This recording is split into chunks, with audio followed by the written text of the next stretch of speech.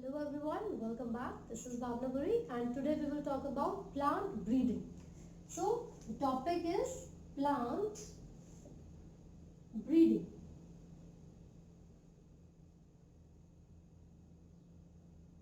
Dear students, we have already discussed about the animal husbandry, about the production of different animals, different plants, and this topic plant breeding. This is about the production of desirable plants. Breeding का मतलब हमने already पढ़ा था, जब हम एक नई variety को प्रोड्यूस करने के लिए किन्हीं भी दो डिजायरेबल कैरेक्टर्स को कैरी करने वाले प्लांट्स को आपस में क्रॉस करवाएंगे, तो इस प्रोसेस को ब्रीडिंग कहा जाता है। तो अगर हम 1960s की बात करें, प्लांट ब्रीडिंग टेक्निक्स इतनी ज़्यादा डेवलप हो चुकी है, इतनी ज़्यादा एडवांस्ड हो चुकी हैं कि इन टेक्निक्स का यूज़ करके जो प्रोडक्शन है और जो फर्टिलिटी है प्लांट्स की, वो इतनी इंक्रीज करवा दी गई थी कि ग्रीन रिवॉल्यूशन आया। ग्रीन रिवॉल्यूशन, इसका मतलब क्या है? इसको हिंदी में हरित क्रांति कहा जाता है। एंड ग्रीन रिवॉल्यूशन का मतलब ये है कि हमारे पूरे वर्ल्ड में, हमारी पूरी कंट्री में, अगर हम इंडिया की स्पेसिफिकली बात करते हैं, तो जो जीडीपी था, जो जितना भी प्रोडक्शन होता है प्लांट्स का, सीरियल्स का, या फिर व्हीट, राइस एक्सेट्रा, इन सभी का जो प्रोडक्शन था वो इतना मल्टीपल फोल्ड इंक्रीज हो चुका था कि चारों तरफ हरा भरा चीज यानी कि खाना पीना ही अवेलेबल था। तो ये जो ग्रीन रेवोल्यूशन आया था, इसका सबसे इंपॉर्टेंट रीजन क्या है? प्लांट ब्रीडिंग टेक्नोलॉजीज में एडवांसमेंट आना। ठीक है, तो इन प्लांट ब्रीडिंग यानी कि जो पूरा टेक्निक है, जब हम इसको डिटेल में पढ़ेंगे तो 5 स्टेप्स आपको याद करने होंगे, राइट? लेकिन उससे पहले एक एग्जांपल लेते हैं। ठीक है, मान लीजिए आपके भाई की शादी है या बहन की शादी है, आपको कपड़े खरीदने हैं। तो जब आपका माइंड सेट हो चुका है कि भाई मुझे कपड़े खरीदने हैं, तो क्या ऐसे ही आप फटाफट से मुंह उठा के किसी शॉप पे चले जाओगे? नहीं, सबसे पहले आप डिसाइड करोगे। सबसे पहले आप ये डिसाइड करोगे कि मुझे भाई की शादी में पहनना क्या है, 3 पीस पहनना है या कुर्ता या पहनना है या क्या पहनना है ना? तो सबसे पहले हम जो डिजायरेबल कैरेक्टर्स हैं, कपड़े हैं या जीन्स हैं, उनको क्या करते हैं?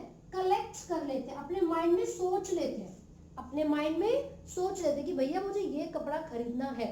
क्योंकि जब तक आप ये चीज ही नहीं डिसाइड कर पाओगे कि मुझे खरीदना क्या है ना? या फिर प्लान्स के रिस्पेक्ट में बात करूं, जब तक आप यही डिसाइड नहीं कर पा रहे हो कि मुझे कौन से कैरेक्टर्स चाहिए, मेरे डिजायरेबल जीन्स कौन से हैं, तो फिर आप प्लांट ब्रीडिंग करवाओगे कौन कौन से प्लांट्स में? नहीं करवा सकते। तो सबसे पहले हमने ये डिसाइड किया कि मुझे वेरिएशंस लानी है, तो कौन से जीन्स की मुझे जरूरत है, राइट? तो फिर अब वापस कपड़ों पर आ जाते हैं। हमने ये डिसाइड कर लिया मुझे क्या पहनना है, ठीक है। अब दूसरी चीज आप क्या करोगे? भैया ये देखना भी तो जरूरी है कि कौन सी दुकान में वो कपड़े मिलेंगे जो मुझे चाहिए। सेकंड स्टेप क्या?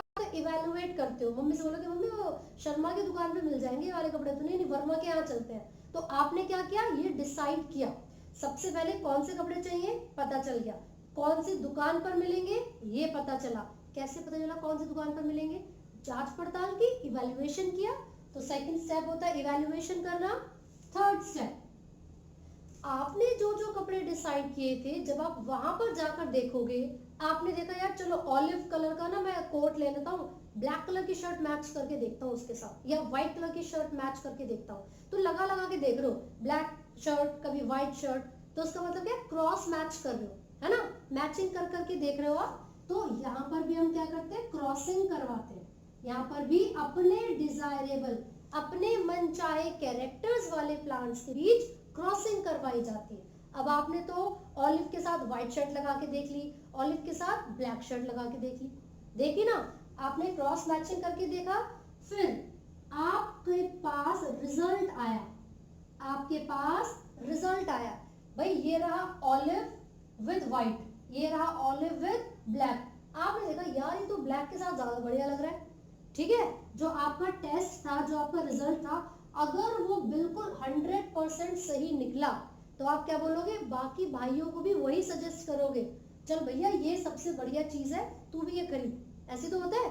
तो जब आपका रिजल्ट पॉजिटिव आएगा, यानी कि जब दो प्लांट्स को आपस में आपने क्रॉस करवा दिया है और जो डिजायरेबल फीचर आप चाहते थे वही आपको मिल गया, बस फिर उस प्लांट को मल्टीपल टाइम्स क्या करवाओगे, ग्रो करवाओगे। उसको कहा जाता है कमर्शियलाइजेशन। क्या कहते हैं, कमर्शियलाइजेशन, कमर्शियलाइजेशन। ठीक है, अब यहाँ पर सबसे पहले प्लांट की हमने बात की। पहला पॉइंट होता है collection of variability, collection of variability, यानी कि आपने ये डिसाइड किया कि मुझे कौन कौन से जीन्स चाहिए, डिजायरेबल जीन्स को कलेक्ट कर लिया, कौन से कपड़े पहनने हैं डिसाइड हो गया। ठीक है, क्यों, क्योंकि वेरिएशन ही तो बेसिस होती है। जो जेनेटिक वेरिएशन है या फिर जो जेनेटिक वेरिएबिलिटी है किसी भी प्लांट ब्रीडिंग प्रोग्राम की, जो रूट होती है, जो बेसिस होता है, वो क्या होता है, जेनेटिक वेरिएशन। क्योंकि हम वेरिएशंस लाएंगे तभी तो हमें नई वैरायटी मिलेगी ना। तो हमें क्या करना है, सबसे पहले डिजायरेबल जीन्स को कलेक्ट करना है। And this process is called germ plasm collection. What is germ plasm collection? इसका मतलब होता है कलेक्शन ऑफ डाइवर्स अलील और जीन्स। ठीक है, किसी भी सीड में या किसी भी प्लांट में जितने भी डाइवर्स अलील्स होते हैं उनकी कलेक्शन को जर्म प्लाज्म कलेक्शन कहा जाता है। तो भैया हमने डिसाइड कर लिया मुझे ये वाला प्लांट, ये वाला प्लांट ए और बी, इन दोनों के फीचर्स चाहिए एक साथ। तो मैंने वो फीचर्स कौन कौन से थे डिसाइड कर लिए। ठीक है, मान लीजिए वो दो फीचर कौन कौन से, एक तो मुझे चाहिए डिजीज रेजिस्टेंट, डिजीज रेजिस्टेंट, और दूसरा मुझे चाहिए लार्ज प्रोडक्शन, लार्ज प्रोडक्शन। ठीक है, ये प्लांट ऐसा था जिसमें डिजीज नहीं होती, ये प्लांट ऐसा है जिसमें प्रोडक्शन बड़ी हाई है। समझ रहे हो आप? तो इसीलिए मैंने डिसाइड कर लिया इन दोनों फीचर्स वाले प्लांट चाहिए। अब मैंने ढूंढा ये दोनों जीन्स, ये दोनों फीचर्स कौन से प्लांट में मिलेंगे।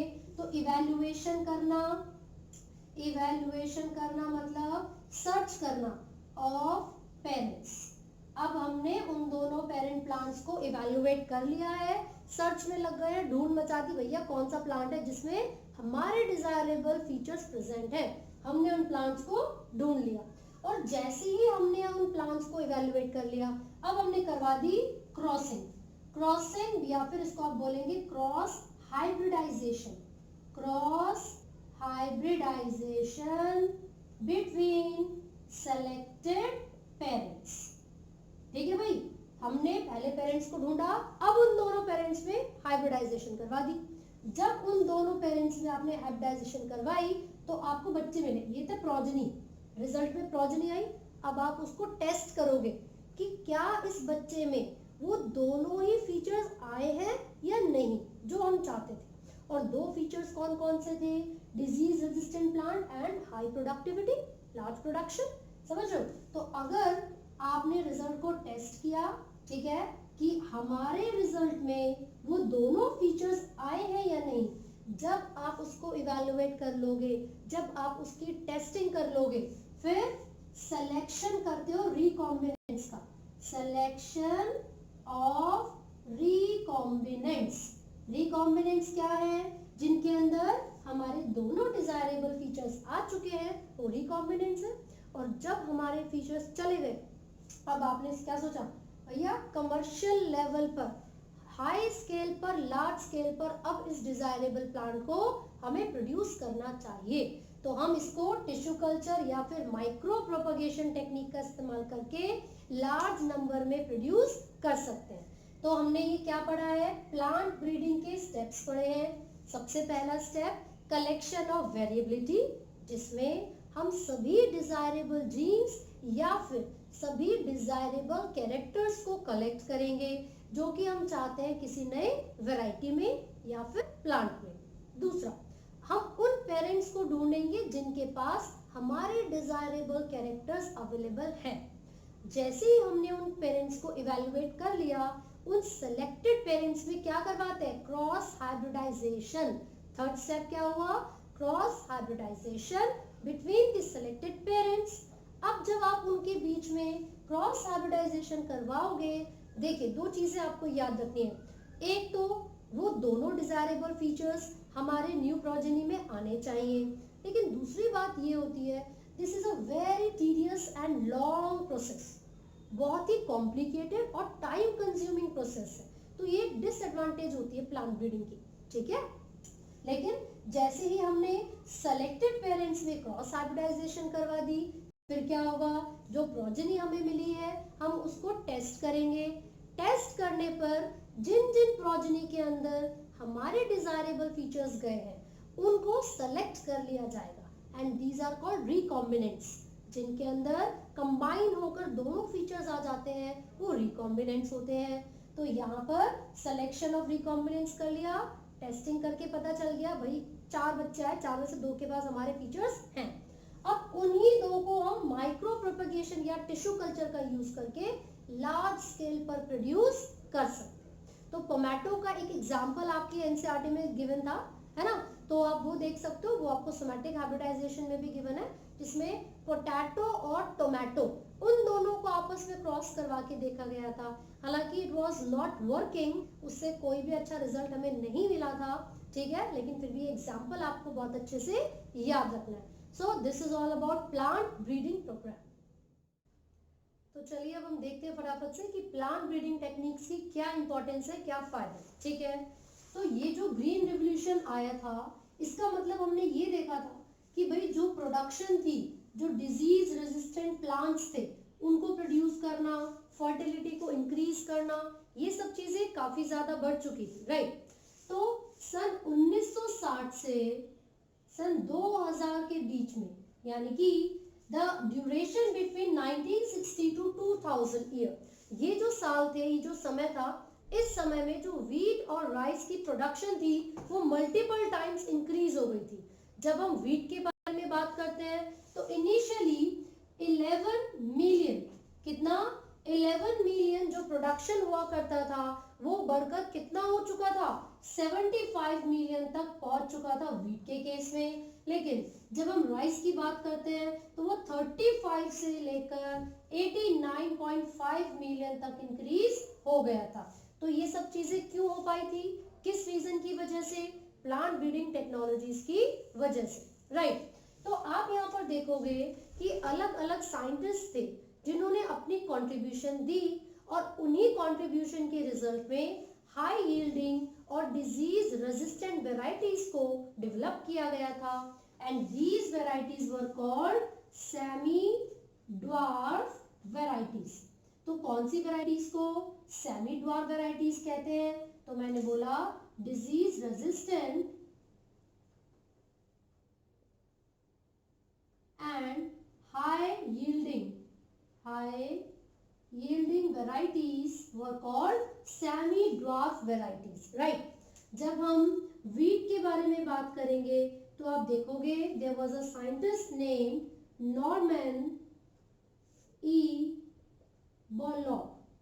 उन्होंने क्या बोला था, उन्होंने ये जो wheat है इसकी semi dwarf varieties को डेवलप करवाया था मैक्सिको में, राइट। व्हीट और मेज की जो इम्प्रूवमेंट, एक इंटरनेशनल सेंटर था, international centre for wheat and मेज इम्प्रूवमेंट, जो कि मैक्सिको में था, ठीक है। वहां पर नॉर्मन ई बर्लॉन्ग ने 1933 की बात है, क्या किया था, semi dwarf varieties of wheat को डेवलप किया था। आपको एनसीईआरटी में 2 नाम गिवन है, नाम है सोनालिका एंड कल्याण सोना, राइट। तो यहाँ पर हमने 2 वैरायटीज देखी हैं व्हीट की, एक है सोनालिका, एक है कल्याण सोना। तो ये दोनों ही जो नाम है वो सेमी ड्वार्फ वैरायटीज होंगी, जो कि मैक्सिको में 1933 में, मैक्सिको में 1933 में, ठीक है, किसने डेवलप की थी, नॉर्मन ई बॉर्लॉग ने। तो आपको ये याद रखना है। साथ ही साथ अगर हम राइस के बारे में बात करेंगे तो जो semi dwarf varieties of rice होती है, जो कि अगेन डिजीज रेजिस्टेंट और हाई यील्डिंग होगी, उनको IR8 से डेवलप किया गया था। और ये कहां पर हुआ था, IRRI, यानी कि इंटरनेशनल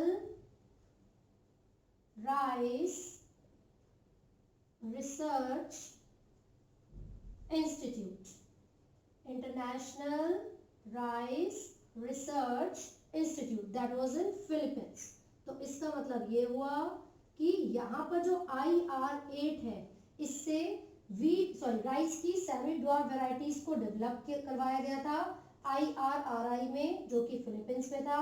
साथ ही साथ एक आप देखोगे ताइवान का जो नेटिव था उससे भी यूज किया गया था। और साथ ही साथ यहाँ पर जब एग्जाम्पल की हम बात करते हैं तो Jaya and Ratna, these were the two semi dwarf varieties of rice.